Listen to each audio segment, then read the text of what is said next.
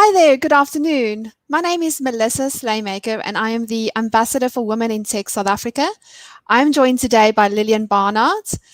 Good afternoon, Lillian. I'll introduce you to everybody, but thank you so much for joining me today in this fireside chat.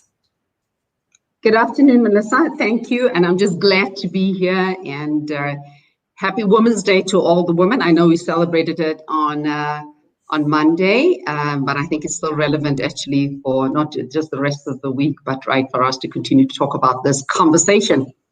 Definitely. Thank you so much. And so Lillian Barnard, just for everyone to introduce you, and so for those who do not know you, you graduated from the University of the Western Cape with a BCom Honours degree in Business Economics. Lillian has over 20 years of experience in ICT and worked in various leadership roles in companies including IBM, Vodacom, and more recently Microsoft, driving digital transformation and innovation both locally and internationally. And for the last 2 years, Lillian has been in the position of Managing Director for Microsoft South Africa. So Lillian, you've got so many accomplishments. Thank you for joining me on this live fireside chat. Just for kind of housekeeping, we are going to be having a great discussion today to find out about your journey and to give you the opportunity to inspire others. So I don't think we'll have time today for any questions, but we do have time, or people can reach out to myself or to Lillian via LinkedIn if you have any specific questions that you would like to have answered. So Lillian, where do we begin? Tell us a little bit about your journey, how it all started, and tell us how you kind of got into IT. So thank you for your question, Melissa. I always say, let me start my question at the beginning. I joined the IT industry 25 years ago, and I think that was on one of my posts, actually, that I posted on LinkedIn last week. I was part of a graduate intake at the time, and I started my career at IBM. And in fact, they called the graduate hire program the Rainbow Graduate Program because it was at the time when we were just ushering into a new era in South Africa. And that was literally the beginning of my IT career. And it was, when I came out of university, I think you become like almost very basic. I want a great job. And I was offered many different opportunities. And I remember a conversation I had with my sister when the IBM offer came. She's like, no, you're going to have to go work there. And of course, she's my elder sister and I had to listen. So, and I think that was really the beginning of a fantastic journey. So when I joined the company, I was actually put on an accelerated leadership development program, which was just fantastic. I spent 15 years with the company. 7 of that was actually spent abroad. I lived about 3 years in France, in Paris, and I lived 4 years in Zurich, Switzerland. And I've had many, key leadership positions. After 15 years, I left the company to start my own business, Lillian B Consulting.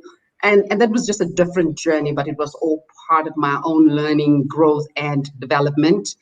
And always knew I wanted to start my own business, but I actually never thought that I would venture out in, so to speak, my early 40s. Did that for a good 3 years. Then I sat on the board of Vodacom and Mango as well. And then I was asked by the CEO of Vodacom to join the business as Chief Sales Officer, and I did that for 2 years. And straight after that, I actually joined Microsoft.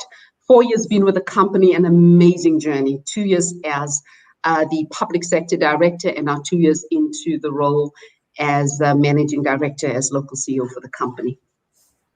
That's amazing. I mean, you've had such a great journey. When I talk about, when we talk at Women in Tech about, looking after the youth and then entrepreneurs and then corporate women in all aspects. So you've almost touched on all of those kind of elements within your career. Tell me, when you were a little girl and when you kind of aspired, looking into your hopes and dreams as a little girl, when you grew up, what did you think you would be? At the age of 12, I just knew one thing. I knew I wanted to go to university, and I was very clear about what I wanted to study. I knew I wanted to study commerce. I was very good in maths, and so that I was very clear about a conversation I had with my parents. And I was very clear, though, at 23 that I wanted to become a CEO. So, and I was very fortunate to have been afforded the opportunity to go to university. It was in an era where that was rather the exception than the norm. And I think today it by and large still is. And that strong educational foundation actually opened up a world of opportunities for me. And I always jokingly say this, that I didn't pick IT picked me. And I think it was really the greatest career path that I could have chosen for myself.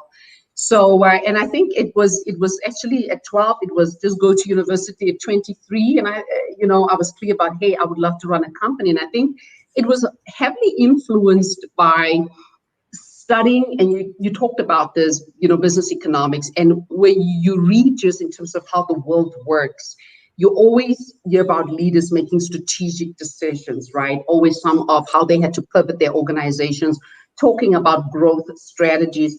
And I think heavily influenced by what I was studying, and just saw kind of what a pivotal role, someone at the top of the organization plays.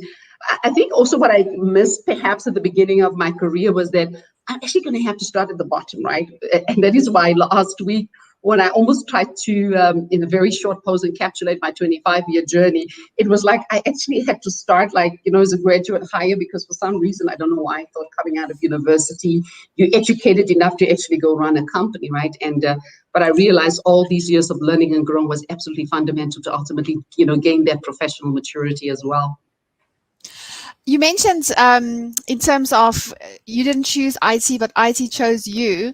And I speak to so many women also in leadership positions that say the same thing. So I think it's important for the youth and for younger women and girls to kind of be open to it, not to kind of, restrict themselves when they're looking at what am I going to be when I grow up?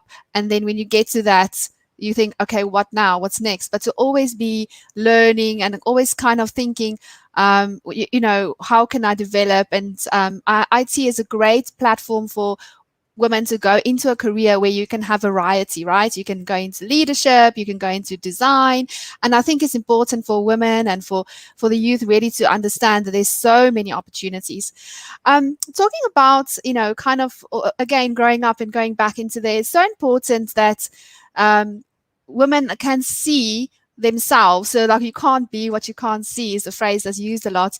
Did you have any role models when you were growing up? I think about role models very broadly, because you can't really pick one person and say, actually, I've managed to build a meaningful career because of one individual. It's always a number of people.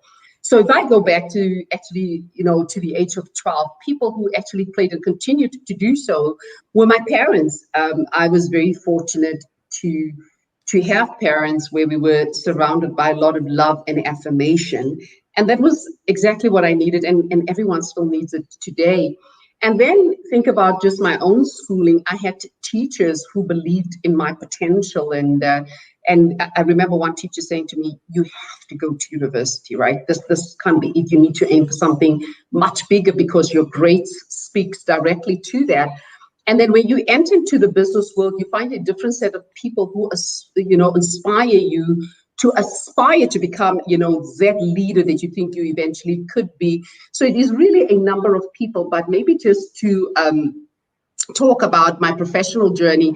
In the beginning of my career, I've had a lot of people who aided my journey, and I talk a lot about mentorship, and I talk a lot about coaching, and how you need people who can invest in your own growth, your own development, people who can help you ultimately become a better version of yourself, and who can challenge you. And I'm a big proponent of mentorship because it unlocks your career potential. You have the opportunity to see the world through someone else's lenses who has traveled the road, right? You can glean from someone else's experience. It gives you also a risk-free environment where you can be vulnerable, because there's a lot of things that you just don't know, and you need to be able to say to someone that I just don't know, how to do this. And that is why I look at a series of people, even right now, if I look at my current journey, right, even though I am, managing director for Microsoft, so to speak, captain of the ship. I have a coach. In fact, I just had a conversation with her this morning, which means that we are all always busy developing and growing. You're always your biggest project, right? You never come to a point where you say, I am done with my own development, right? It's about making sure that we always become better at what we do. Definitely. And, I think what's also sometimes when I speak to younger women, they always think that women in leadership, they got there with such an easy journey, or, they're just lucky. I'm sure you've had some challenges along the way. Can you tell us a bit about some of your challenges, and maybe give some advice on how, other people can also overcome those challenges? Yeah, absolutely. I think I alluded to that, a bit last week when I said it took slightly longer than I expected. It's very true. I always thought I would get to this point much earlier.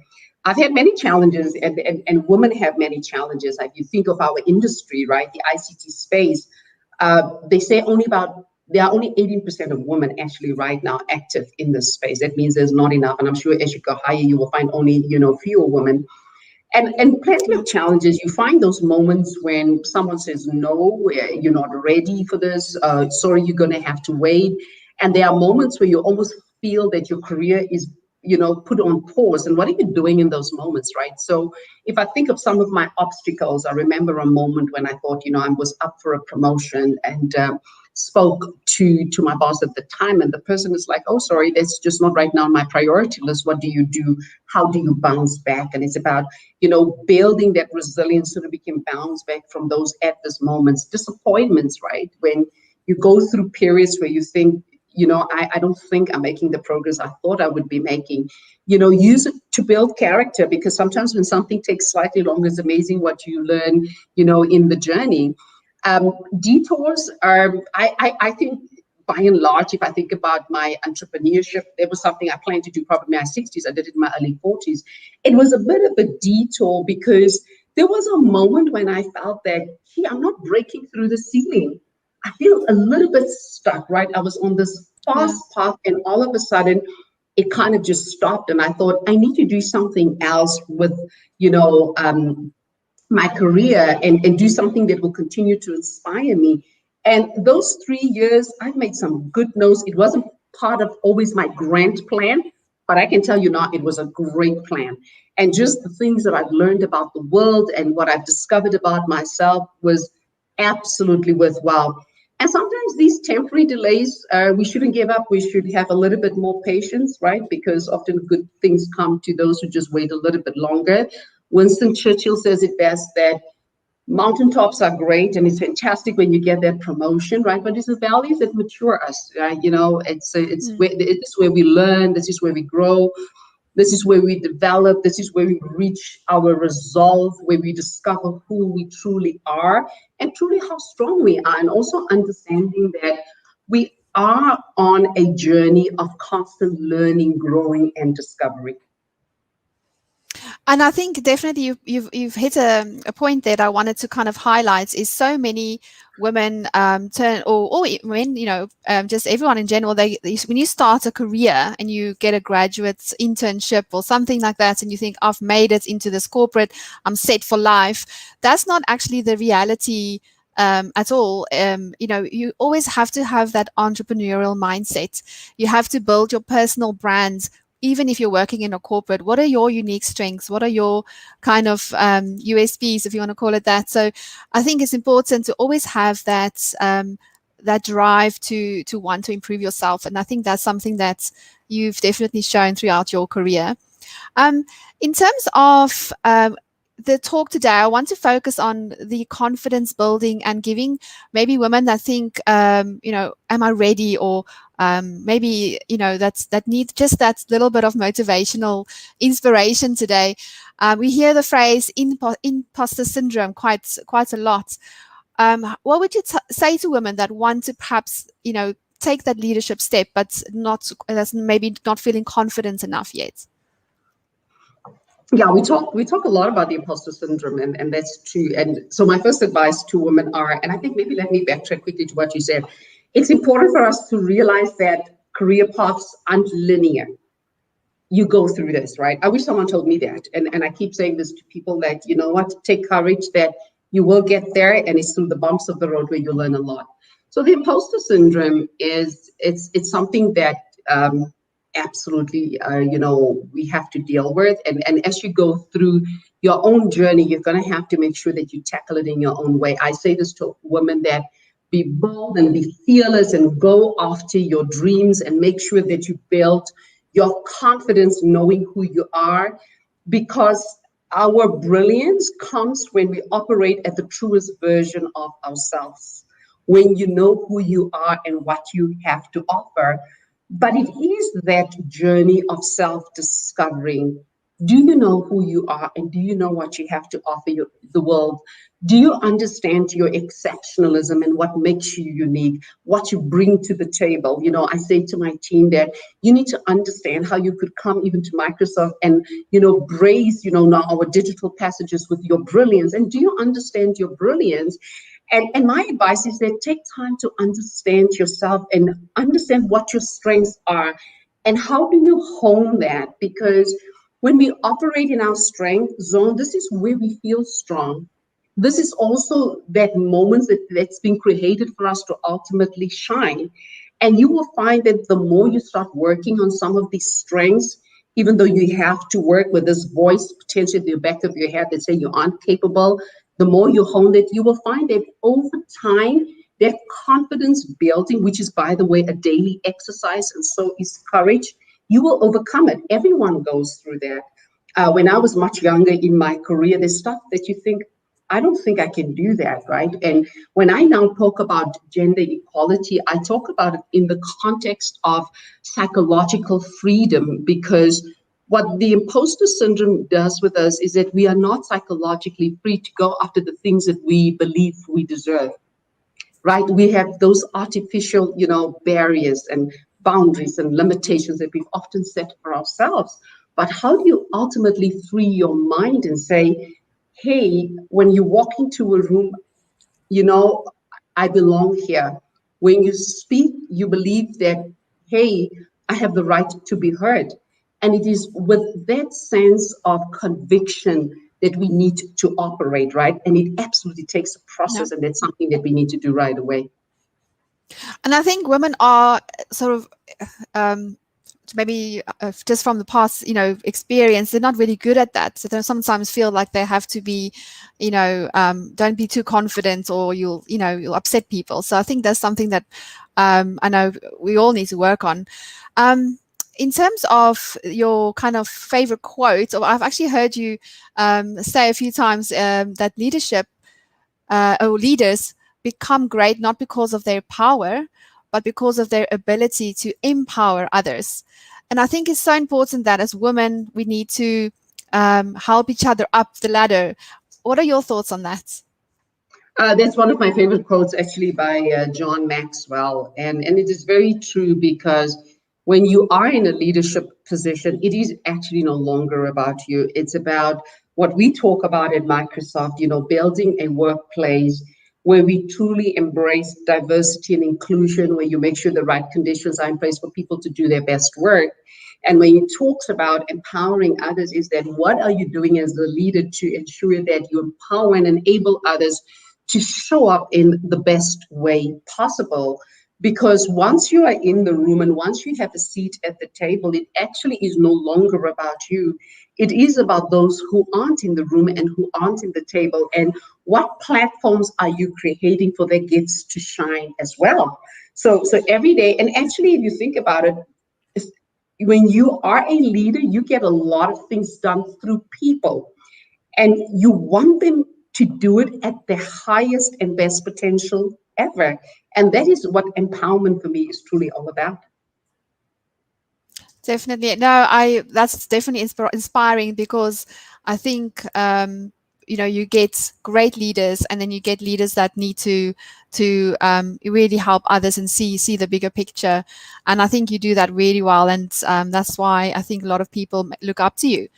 So Lillian, just one more kind of question I have in terms of in today's society, we're living in the fourth industrial revolution, focusing on technology as an enabler. In your opinion, what can we do now to ensure that the next generation is prepared for the future of work and ensuring that there is enough diversity in that future? Melissa, we are entering into a post-pandemic society that is even far more digitally enabled. So that Definitely. means that we need to be very intentional about inclusivity and what can we do to bring in more women. And I love this quote from the World Economic Forum that says that, you know what, our economies and societies will just lose out if we do not include half of the world's population in our engines of innovation. And that's true. The way that countries and businesses now have to pivot, it's very differently. We definitely need to understand what women could bring to the table. So the way that I look at it is in three ways.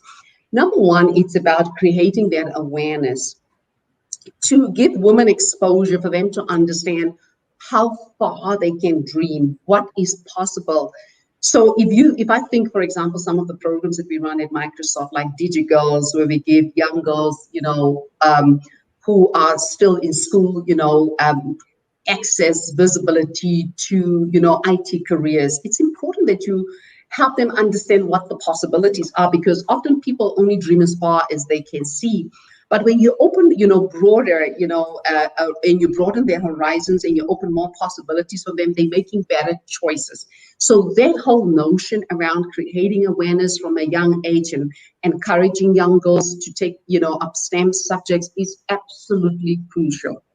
The second one is what we talked about already, which is role modeling. And, people believe what they can see. If you see someone looking like you do something that you aspire towards, it's going to encourage your heart to say, hey, I can do that too.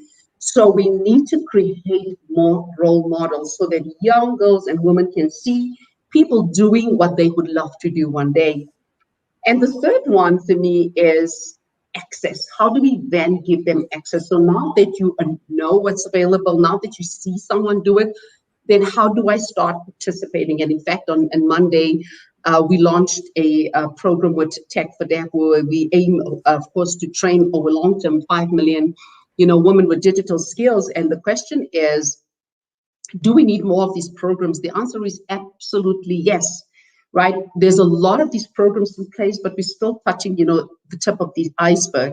So we need to create more accessibility, making these programs free for women to come in, helping them understand, what the possibilities are, why they should even sign up for these programs. So for me, I literally looked at it as a three-pronged approach. No, that's definitely insightful, and thank you so much, Lillian. I have got so many takeaways from today's discussion, and I really enjoyed talking to you. Tell me, what's next for you? Do you have anything exciting planned for this year that you're looking forward to, and what can we expect to see from Microsoft, do you think? Maybe just to share with everyone listening in a message which I shared as well, of course, on social media, in terms of this whole notion around choose to challenge. And I was thinking a bit about what is the message that I would love to communicate maybe to women in terms of what's top of mind for me. My advice to young girls and womanhood be is that it's important that we continue to raise the bar on our own performance, set the bar for yourself very high, much higher than what other people expect of you, because I think that there's so many other opportunities opening. Number two is make sure you seek out mentors and coaches and people who can help you grow and develop. Everyone gets to a certain point with a whole lot of help.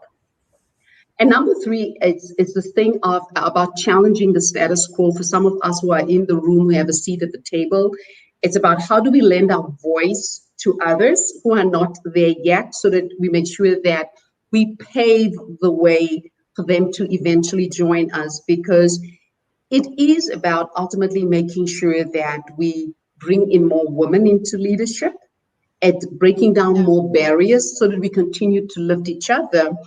And maybe just in terms of the way that I look at the world, going into this new year, it's about how do we get our country's company society to reimagine a better inclusive future. It is a future that will be more digitally enabled. How do we get our continent, our country to participate? How do we make sure that we train more people with basic to deep, technical skills? I believe we have an amazing opportunity in our country and in our continent to make tremendous progress through the innovative technologies that are available. And I think it's time for us, to punch a little bit above our weight. And for us to be able to do this, we're definitely going to need women to team with us. And it's about living our mission to continue to empower every person and every organization to really do more. Perfect. That's also our mission from Women in Tech, and that is to empower 5 million women in goals by 2030. So we're on the same mission. And it was really lovely chatting to you today, Lillian. Thank you so much for your time. And we look forward to see what's next. So thank you. Thank you for having me. Thanks, Melissa. Thanks, everybody, for listening in. Thank you. Thank you.